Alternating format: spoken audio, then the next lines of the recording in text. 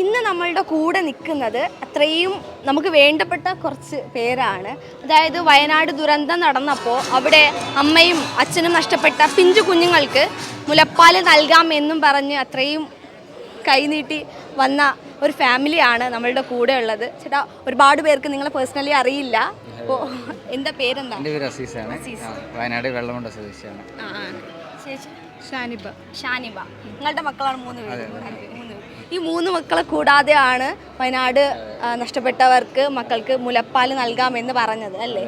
ഉപ്പായും ഉമ്മയുടെ പേരെന്താ? മാമി. ഉപ്പാടെയോ? ഇബ്രാഹിം. ഇറങ്ങി. അപ്പോൾ ഈ ഫാമിലി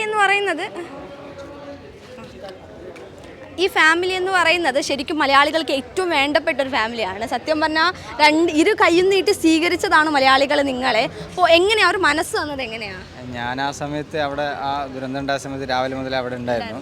ആ സമയത്ത് പിന്നെ നമ്മൾ അവിടെ കഴിഞ്ഞ് രാത്രി നമ്മൾ തിരിച്ചു വരുന്ന സമയത്ത് ക്യാമ്പിലൊക്കെ പോയ സമയത്ത് വല്ലാതെ പ്രയാസം ഉണ്ടാക്കുന്നൊരു രംഗമാണ് കണ്ടത്. കാരണം ചെറിയ കുട്ടികളെ കൊണ്ട് മാതാക്കൾ വരുന്നു, പിന്നെ അതേപോലത്തെ അമ്മമാർ വരുന്നു.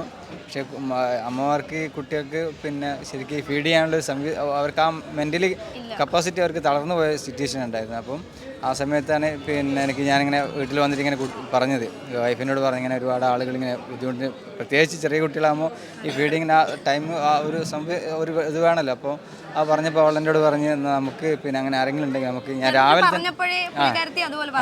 തന്നെ നമുക്ക് പോവാം. അങ്ങനെ ഞങ്ങൾ പിന്നെ പിറ്റേ ദിവസം രാവിലെ തന്നെ ആ ക്യാമ്പിലൊക്കെ പോയി ഹോസ്പിറ്റലിൽ പോയി. പക്ഷേ പിന്നെ നമുക്കവിടെ അതിനുള്ള സംവിധാനം പിന്നെ അവിടെ വിംസ് ഹോസ്പിറ്റലായിരുന്നു ഉണ്ടായിരുന്നത്. വിംസ് ഹോസ്പിറ്റലിൽ ഡെലിവറി കഴിഞ്ഞ സ്ത്രീകളുണ്ടായിരുന്നു.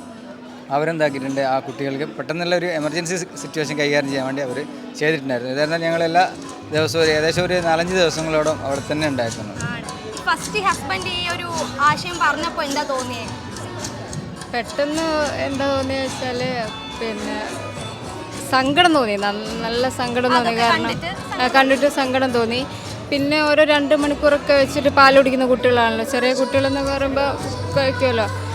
അപ്പോൾ എനിക്ക് ഇവളെ ഓർമ്മ വന്നു. ഞാൻ പറഞ്ഞു, അയ്യോ ഇവളെപ്പോലത്തെ കുറേ കുട്ടികളുണ്ടല്ലോ, അപ്പോൾ എനിക്ക് താല്പര്യമുണ്ട് എന്ന് പറഞ്ഞു.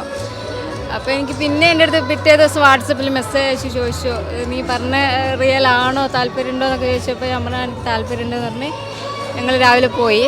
ശരിക്കും എത്ര മക്കൾക്ക് അവിടെ പാൽ കൊടുക്കാനിടയായി? അവിടെ പിന്നെ ഞാൻ പറഞ്ഞില്ലേ, അവിടെ ഇങ്ങനെയൊക്കെയുള്ള കുട്ടികളുണ്ടായിരുന്നെങ്കിലും നമ്മൾ ഹോസ്പിറ്റലിലേക്കായിരുന്നു ഈ കുട്ടികളൊക്കെ ആദ്യം മാറ്റിയിട്ടുണ്ടായിരുന്നു. അപ്പോൾ അതോടെ അവിടെ നിന്ന് ഈ പിന്നെ ഡെലിവറി കഴിഞ്ഞ സ്ത്രീകളുണ്ടായിരുന്നു ആ ഹോസ്പിറ്റലിൽ തന്നെ.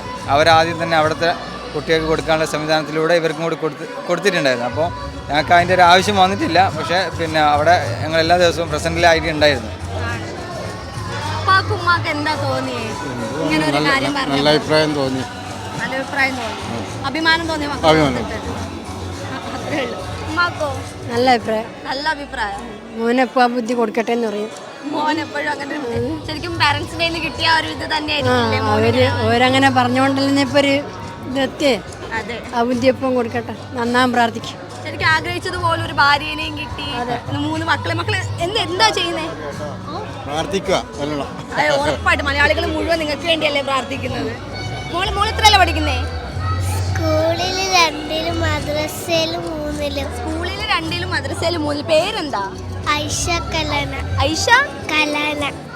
കലാല. പാട്ട് പാടോ? പാട്ടൊക്കെ പാടല്ലോ, ഉപ്പൊക്കെ പറയുന്ന കേട്ടോ. നല്ല പാട്ട് പാടും. ഈ വയനാട് പോയിരുന്നോ? കണ്ടോ വല്ലതും? ഡാം കണ്ടോ? ഇതാരേ സുന്ദരൻ? അയ്യോ, അതൊരു നാണം കുണിക്കാൻ സംസാരിക്കില്ല. ആണോ? സ്കൂളിലൊക്കെ വിളയാടുള്ള ആളാ ചേട്ടാ. 250 കിലോമീറ്റർ ട്രാവൽ ചെയ്തിട്ടാണ് വരുന്നത്. അല്ല, അപ്പുറത്ത് നിന്നല്ലേ വരുന്നത്, വയനാട്. ഇവിടുന്ന് ഇവിടത്തേക്ക് എത്തുമോ? അപ്പോൾ ഇതെല്ലാം നല്ല കാണാൻ. അവിടെ നിങ്ങൾക്ക് അങ്ങനെ ഒരു ബുദ്ധിമുട്ടൊന്നും ഉണ്ടായിട്ടില്ലായിരുന്നല്ലോ? ഇല്ല, ഞങ്ങൾക്ക് അങ്ങനെയല്ല. പക്ഷേ ആ ദുരന്തം എന്ന് പറഞ്ഞാൽ വലിയൊരു പിന്നെ പ്രയാസം ഉണ്ടാകുന്നു. ഇന്നും അതിൻ്റെ ഒരു ഷോക്കിൽ നിന്ന് മാറിയിട്ടില്ല. ശരിക്കും രാത്രിയൊക്കെ മഴ പെയ്യുമ്പോൾ ഞങ്ങൾക്ക് തന്നെ പേടിയാണ്. കാരണം വെച്ചാൽ ഇനിയും അങ്ങനെ സംഭവിക്കാതിരിക്കാനുള്ള സംഭവം വെച്ചാൽ നമ്മളിപ്പോൾ ഈ ഒരു സിറ്റുവേഷൻ ഞാൻ ആ സമയത്ത് ആ സ്ഥലങ്ങളൊക്കെ പോയതാണ്. ഈ മുണ്ടക്കൈ എന്ന് പറയുന്നത്, പുഞ്ചിരാറ്റ് എന്ന് പറയുന്ന സ്ഥലമൊക്കെ പോയതാണ്.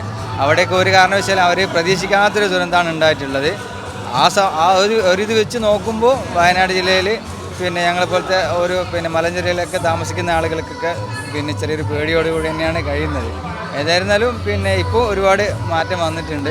പിന്നെ മറ്റുള്ള ആളുകളൊക്കെ വന്ന് എല്ലാവിധത്തിലുള്ള സഹായങ്ങളും വയനാട്ടിന് വേണ്ടി നൽകുന്നുണ്ട്. നിങ്ങളെപ്പോലത്തെ ബ്ലോഗേഴ്സും പിന്നെ ഒക്കെ വന്ന് നല്ലൊരു പിന്നെ എനർജറ്റി നമ്മുടെ ഇവർക്കൊക്കെ കൊടുക്കുന്നതുകൊണ്ട് തന്നെ അവർ ആ മെൻ്റലി ഒരു പിന്നെ പ്രയാസം ഉണ്ടായിരുന്ന അവരിൽ നിന്ന് റിക്കവർ ചെയ്ത് വരാനുള്ളൊരു സംവിധാനമാണ് ഇപ്പോൾ ചെയ്തുകൊണ്ട്.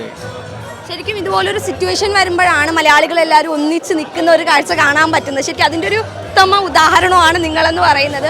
ഒരുപാട് പേർക്ക് സഹായം ചെയ്യണം എന്ന് ആഗ്രഹമുണ്ട്, പക്ഷെ പറ്റാത്ത ഒരുപാട് പേരുണ്ട്, പൈസ ആയാലും അല്ലാതെ ആയാലും. പക്ഷേ ഇതിനൊരു സഹായം ശരിക്കും പറഞ്ഞാൽ അത്രയും അത്യാവശ്യമായിരുന്ന സമയത്താണ് നിങ്ങൾ കൊടുത്തതും.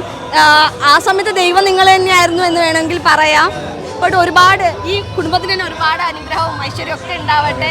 Thank you so much.